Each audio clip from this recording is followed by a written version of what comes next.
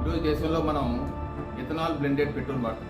E20 E20 అంటే 20% ethanol ఉంటుంది, 80% petrol ఉంటుంది. అయితే ఇది కొన్ని సంవత్సరాలుగా, గత 25 సంవత్సరాలుగా దేశంలో విడతల వారీగా E1 నుంచి ఈరోజు E20 వరకు గత 25 సంవత్సరాలుగా ఫేజ్డ్ మేనర్గా వచ్చాం. దీనికి అనేకమైన రీసెర్చ్ చేశారు. అలాగే మోటార్ అసోసియేషన్స్, అలాగే మ్యానుఫ్యాక్చరర్స్ అందరితో కలిపి ఒక ప్రణాళికాబద్ధంగా అమలు చేసుకుంటూ వస్తున్నాం.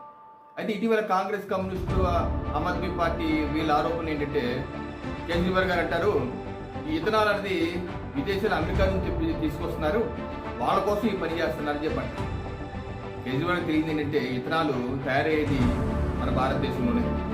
ఏ అయితే నూకలు ఉంటాయో, చెరుకు ఉంటుందో, మొక్కజొన్న ఉంటుందో వాటిని రైతు దగ్గర నుంచి కొనుగోలు చేసి వాటి నుంచి మొలాసిస్ ద్వారా ఇథనాల్ తయారు చేస్తారు. అందుకనే మన రైతులకి గిట్టుబాటు ధర వస్తుంది. మనం ఏదైతే పెట్రోల్ వేరే దేశాలు దిగుమతి చేసుకుంటున్నాం ఎక్కువగా 90% అది. సో ఇలాగ దిగుమతి తగ్గుతుంది. దీనివల్ల దిగుమతి తగ్గి మన విదేశీ మారకం గత కొన్ని సంవత్సరాలుగా సుమారు 2 లక్షల కోట్లు విదేశీ మారకం సేమైంది. ఆ 2 లక్షల కోట్లు మన రైతులకు ఇచ్చాం. సో ఎవరికి ఇది ఉపయోగకరం? అమెరికాగా, భారతదేశ రైతులుగా. అలాగే ఈ యొక్క E20 పెట్రోల్ ద్వారా ఇండియాలో పాడైపోతుంది, మైలేజ్ తగ్గిపోతుంది కాంగ్రెస్ రాహుల్ గాంధీ గారు. ఎంత అసత్య ప్రచారాలంటే గత 5 సంవత్సరాలుగా సుమారుగా 20 కోట్ల టూ వీలర్స్ ఈ యొక్క ఇంధనాన్ని ఇచ్చారు. అలాగే 3 కోట్ల కార్లు ఇచ్చారు.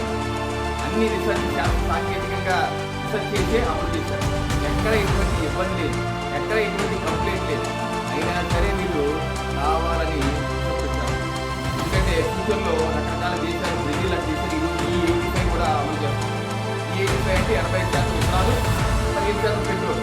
అంటే ఆయా దేశాల్లో పెట్రోల్ దిగుమతి తగ్గిపోయింది. తగ్గిపోతే ఎవరికి నష్టం? ఆ దేశానికి నష్టమా?